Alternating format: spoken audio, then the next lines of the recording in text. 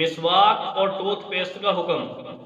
تو یاد رکھیے، مسواک جیسے بھی ہو، چاہے تازہ ہو چاہے خشک ہو، نئی ہو پرانی ہو، ذائقہ اس کا میٹھا ہو یا کڑوا ہو، جیسا بھی ہو، مسواک کی روزے کی حالت میں اجازت ہے، بشرطے کہ ہو مسواک۔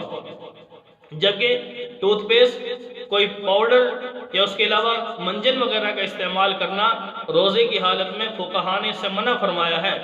گویا دوران روزہ ان دوسری چیزوں کا استعمال کرنا یہ مکروہ ہے، کیونکہ حلق میں ان کے ذرات اور اس کا ذائقہ وغیرہ جانے کا احتمال موجود ہے، جس کی وجہ سے روزے میں کراہت آئے گی۔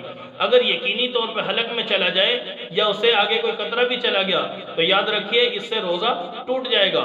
جبکہ شریعت نے مسواک کی اجازت دی ہے تو اس کو مسواک کے حکم کو مسواک تک باقی رکھا جائے۔ جبکہ جو دوسری چیزیں ہیں ان کے لیے اگر آپ نے استعمال کرنی بھی ہیں، مثلا آپ نے سحری کر لی، اذان سے پہلے پہلے آپ کے پاس وقت ہے، تو آپ سحری کر کے اذان سے پہلے پہلے جو وقت باقی ہے اس میں ٹوتھ پیسٹ وغیرہ استعمال کر سکتے ہیں۔ دوران روزہ ان چیزوں سے روزے میں کراہت آئے گی۔